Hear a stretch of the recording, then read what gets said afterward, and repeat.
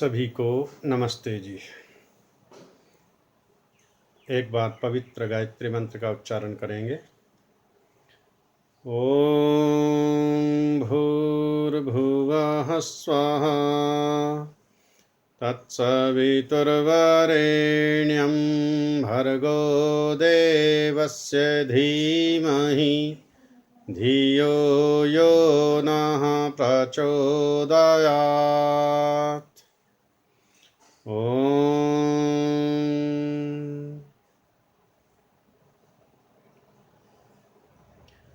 आज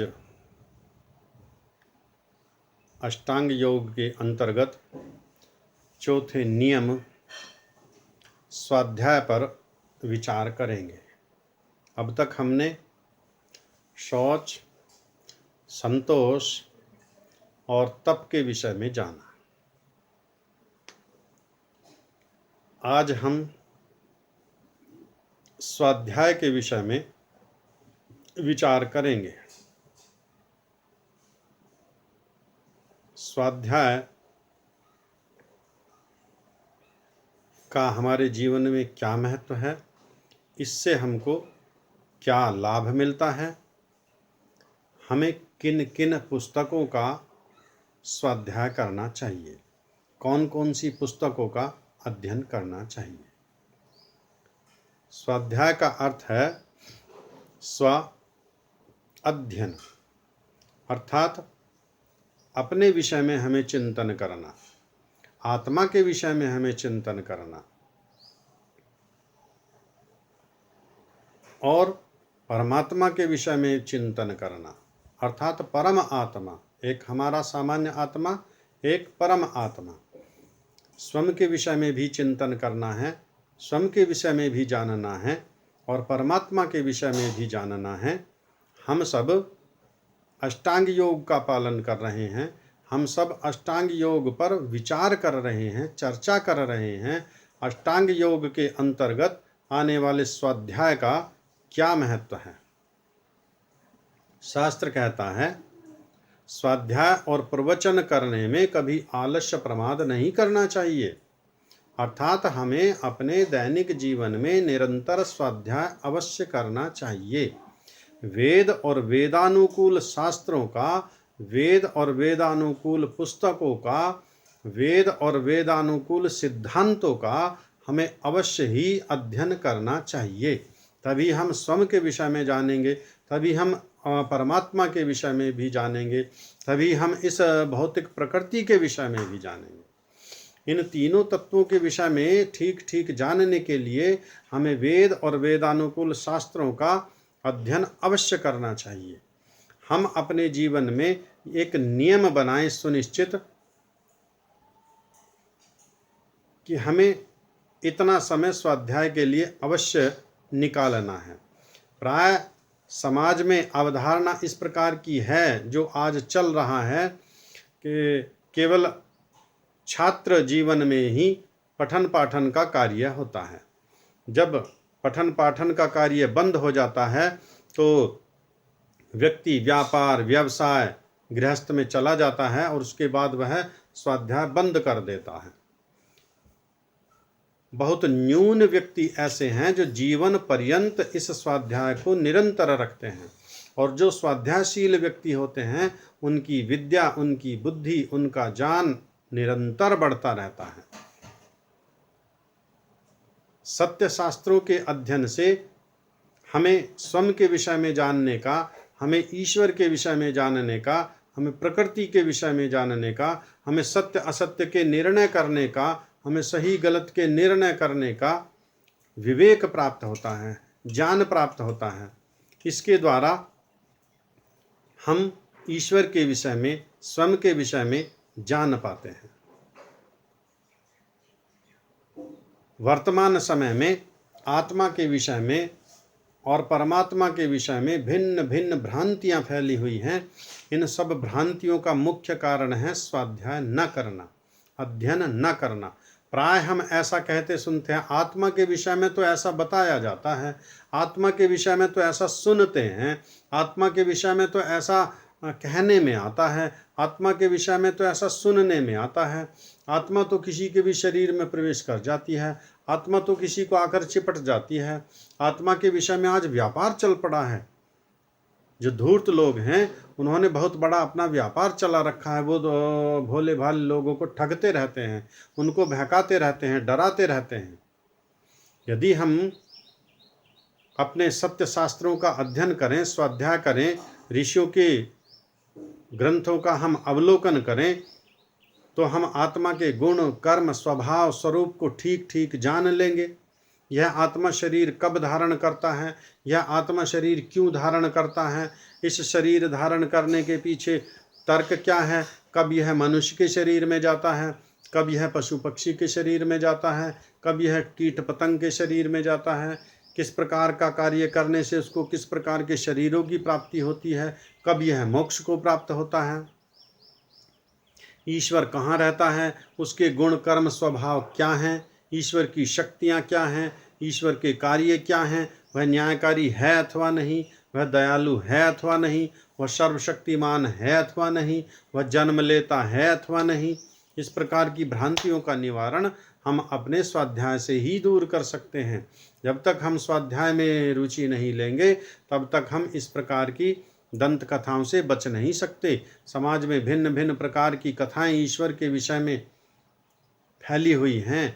आज जो मत विभाजन हुआ है, आज जो मतांतरों में यह विश्व बटा हुआ है, यह राष्ट्र बटा हुआ है, इस सब का मूल कारण है ईश्वर के विषय में न जानना। ईश्वर के विषय में भिन्न भिन्न भ्रांतियां आज फैली हुई हैं, भिन्न भिन्न मत फैले हुए हैं। कोई उसे चौथे आसमान पर बताता है, कोई सातवें आसमान पर बताता है, कोई क्षीर सागर में बताता है, कोई कैलाश पर्वत पर बताता है, कोई गंगा सागर जाता है, कोई शिरडी जाता है, कोई साईं जाता है, कोई बालाजी जाता है। ये सब ईश्वर को ढूंढने के लिए जाते हैं, सब ईश्वर को प्राप्त करने के लिए जाते हैं। जबकि शास्त्र के अनुकूल ईश्वर प्राप्ति का केवल एक मार्ग है, अष्टांग योग। अष्टांग योग के विषय में कोई जानता नहीं है, उसके विषय में कोई जानना नहीं चाहता है। जितने जितने तथाकथित धर्म गुरुओं की दुकानें चल रही हैं, हजारों हजारों करोड़ों लाखों की संख्या में इनके अनुयायी हैं, ना ये स्वयं ईश्वर के विषय में जानते हैं, ना ये ईश्वर के विषय में किसी को बता सकते हैं। ईश्वर के विषय में यदि हमें जानना है तो ईश्वर के बताए मार्ग पर चलना होगा, तभी हम ईश्वर के विषय में जान सकते हैं। हम अपने वेदानुकूल सत्य शास्त्रों का अध्ययन करें, स्वाध्याय करें, तो हम ईश्वर के विषय में जान सकते हैं, हम स्वयं के विषय में जान सकते हैं और अपने लक्ष्य के विषय में जान सकते हैं। इस मनुष्य के शरीर में यह आत्मा क्यों आता है, इसका लक्ष्य क्या है, उस लक्ष्य को हम जानेंगे तभी तो उसे हम प्राप्त करेंगे। जब हमको अपने लक्ष्य का पता ही नहीं, जब हमने कोई लक्ष्य निर्धारित किया ही नहीं, तो उस लक्ष्य की प्राप्ति के लिए परिश्रम कहाँ कर पाएंगे, पुरुषार्थ कहाँ कर पाएंगे। इस मनुष्य का लक्ष्य केवल ईश्वर प्राप्ति है। इस मनुष्य जीवन का केवल एक ध्येय है, ईश्वर का ज्ञान प्राप्त करना, ईश्वर के विषय में सत्य सत्य ज्ञान प्राप्त करना और उसको जानकर दूसरों को भी उस विषय में बताना, उनको भी उस मार्ग पर बढ़ाना। उपनिषद हमारा मार्गदर्शन करता है, ही चेत अवेदित अथ सत्यम अस्ति, ना चेत अवेदित महति विनष्टि, भूतेषु भूतेषु विचिन्त्य धीरः प्रेत्यास्मान् लोका अमृतात् भवन्ति। अर्थात यही चेत अवेदित, इस मनुष्य के शरीर में रह करके भी यदि हमने उसे ना जाना, उसके विषय में ना हम चेत पाए, ना उसको हम जान पाए, तो फिर महति विनष्टि, फिर तो महाविनाश होना है इस जीवन की, फिर निरर्थकता है, इस जीवन का कोई महत्व नहीं, इस जीवन की कोई सार्थकता नहीं। हमारे पास फोन है, इसका हम प्रयोग नहीं कर पाते हैं, दूसरे से हम संपर्क नहीं साध पाते हैं, इस पे हम इंटरनेट चलाकर ज्ञान विज्ञान के विषय में जानकारी नहीं ले पाते हैं, तो फिर इसका कोई लाभ नहीं है, ये फिर निरर्थक है। हमारे पास उपनेत्र हैं, चश्मा है, हम उसको लगा करके पढ़ने में असमर्थ हैं तो हम उसका प्रयोग करके पढ़ सकते हैं, किंतु यदि हम उसका प्रयोग नहीं करते हैं, नहीं पढ़ते हैं, तो वह चश्मा फिर निरर्थक है, उसका कोई लाभ नहीं है। हमारे पास लेखनी है, हम उससे लिख नहीं रहे हैं तो उस लेखनी का कोई लाभ नहीं है। हमारे पास पुस्तक है, हम उन पुस्तकों का अध्ययन नहीं कर रहे हैं तो पुस्तकें निरर्थक हैं। हमारे पास यह मनुष्य का शरीर है और इस शरीर में रह करके हम उस लक्ष्य का यदि संधान नहीं करते हैं, उस लक्ष्य को प्राप्त नहीं करते हैं, तो मनुष्य जीवन की निरर्थकता है। अर्थात यह मनुष्य जीवन हमने व्यर्थ गंवा देना है। यह मनुष्य जीवन हमको बार बार नहीं मिलेगा।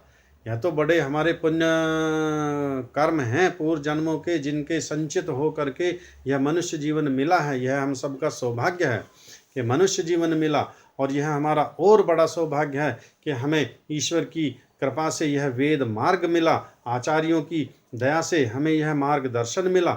हमारे पूजनीय आचार्यों ने हमें यह मार्गदर्शन दिया, यह वेद विद्या का मार्ग हमें दिया।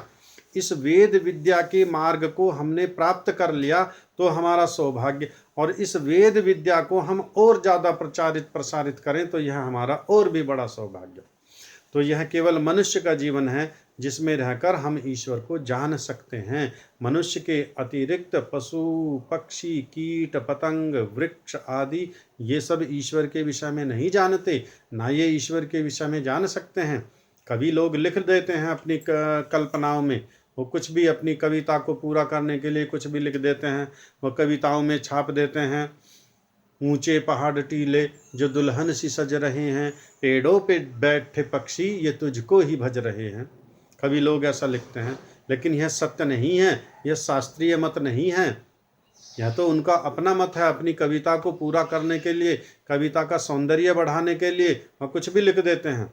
लेकिन जो वेदानुकूल है, जो सत्य मार्ग है, जो सत्य शास्त्र है, वह हमको इस मार्ग का सत्य मार्ग का हमको दर्शन कराते हैं, वे हमारा मार्गदर्शन करते हैं। और उपनिषद कहता है ही चेत वेदित, अर्थात यह केवल मनुष्य का शरीर है जिसमें रहकर ईश्वर को जान सकते हैं।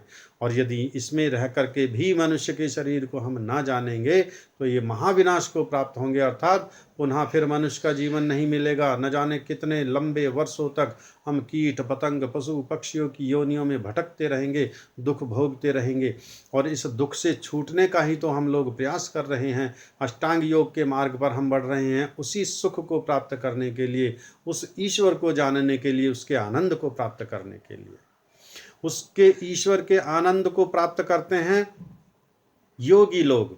भूतेषु भूतेषु विचिन्त्य धीरः प्रेत्यास्माल्लोका अमृताद भवन्ति। भूतेषु भूतेषु कहते हैं भिन्न भिन्न प्रकार के जो ये योनियां हैं, मच्छर मक्खी तितली छिपकली कॉकरोच कछुआ सांप मेंढक कुत्ता बिल्ली बकरी मुर्गा, ये जितने भी योनियां हैं, विचिन्त्य धीराः, धीराः कहते हैं जो धैर्यशाली लोग हैं, जो योगी लोग हैं, जो ऋषि लोग हैं, जो विद्वान लोग हैं, जो विद्वान लोग हैं, जिन्होंने वेद विद्या को पढ़ा है, जिन्होंने शास्त्र पढ़े हैं, वो जान जाते हैं इस सत्य को। और फिर इन भिन्न भिन्न योनियों को देखकर वो जान जाते हैं कि यदि इस मनुष्य के शरीर में रहकर हमने उस परम पिता परमात्मा को ना जाना, उसकी आज्ञाओं का पालन ना किया, तो अगली बार हमें भी इन्हीं के शरीर में जाना पड़ेगा, हमें भी वैसे ही दुख उठाने पड़ेंगे। इसलिए यह हम सबका कर्तव्य है कि हम सब स्वाध्यायशील बने, हम अपने जीवन में निरंतर स्वाध्यायशील बने रहें। चाहे हम किसी भी आश्रम में हों, गृहस्थ आश्रम में, वानप्रस्थ आश्रम में, संन्यास आश्रम में, ब्रह्मचर्य आश्रम तो है ही विद्या के लिए पूर्णतः। तो हम गृहस्थ जीवन में रहते हुए भी न्यून से न्यून 1 घंटा आधा घंटा अपना समय स्वाध्याय के लिए अवश्य निर्धारण करें। और स्वाध्याय भी हमारा ऋषि मुनि कृत होना चाहिए। उनके द्वारा ही जो सिद्धांत प्रतिपादित किए गए हैं, उन्हीं पुस्तकों को हमें पढ़ना चाहिए।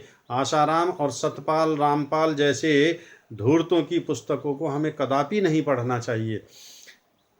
हमें ऐसे श्रेष्ठ आचार्यों के सिद्धांतों को पढ़ना चाहिए, ऐसे श्रेष्ठ आचार्यों की पुस्तकों को पढ़ना चाहिए जिन्होंने अपना जीवन इस वेद विद्या के प्रति समर्पित किया है, वे उन सत्य सिद्धांतों का प्रतिपादन करेंगे, या हमें अपने ऋषि मुनियों के ग्रंथों को पढ़ना चाहिए। वेद और वेदानुकूल ग्रंथों का अध्ययन ही स्वाध्याय कहलाता है। वही हमारा स्वाध्याय सार्थक होता है, वही हमारा मार्गदर्शन कर सकता है, वही हमें सत्य विद्या से, वही हमें सत्य सिद्धांतों से अवगत करा सकता है। तो हम सब इन वेद के सिद्धांतों को जानने के लिए स्वाध्याय को अपने जीवन में अवश्य स्थान दें, और इसका हम अपने जीवन में समय निर्धारित करें। प्रातःकाल, दोपहर, सायंकाल, जब भी समय मिले, तब जब भी हमारे पास समय हो, तभी हम स्वाध्याय के लिए अपनी वेद और वेदानुकूल सत्य शास्त्रों का एक संकलन रखें। अच्छे अच्छे विद्वानों की पुस्तकों का एक संकलन रखें। विद्वान आचार्यों की पुस्तकों का अध्ययन हम करें। ऐसे आचार्यों का जिन्होंने वेद विद्या के प्रति जीवन को समर्पित किया है, केवल उन्हीं की पुस्तकों का हम अध्ययन करें। जो धूर्त पाखंडी लोग हैं, उनकी पुस्तकों का हम अध्ययन ना करें, क्योंकि वे वेद के सिद्धांतों को जानते नहीं, वे सत्य सिद्धांतों को जानते नहीं। इसलिए उनकी पुस्तकों को पढ़कर हमें वह सिद्धांत प्राप्त नहीं होंगे। इसलिए हम केवल वेद और वेदानुकूल सत्य शास्त्रों का ही अध्ययन करें, उनका ही स्वाध्याय करें। आप सभी इस वीडियो को अपने मित्रों को, अपने साथियों को प्रचारित करते रहिए, और चैनल को सब्सक्राइब करके और अपने मित्रों को भी इस चैनल को सब्सक्राइब कराते रहिए, ताकि सभी को आने वाली वीडियो की सूचना मिल सके। आप सभी का बहुत बहुत धन्यवाद। सभी को नमस्ते जी।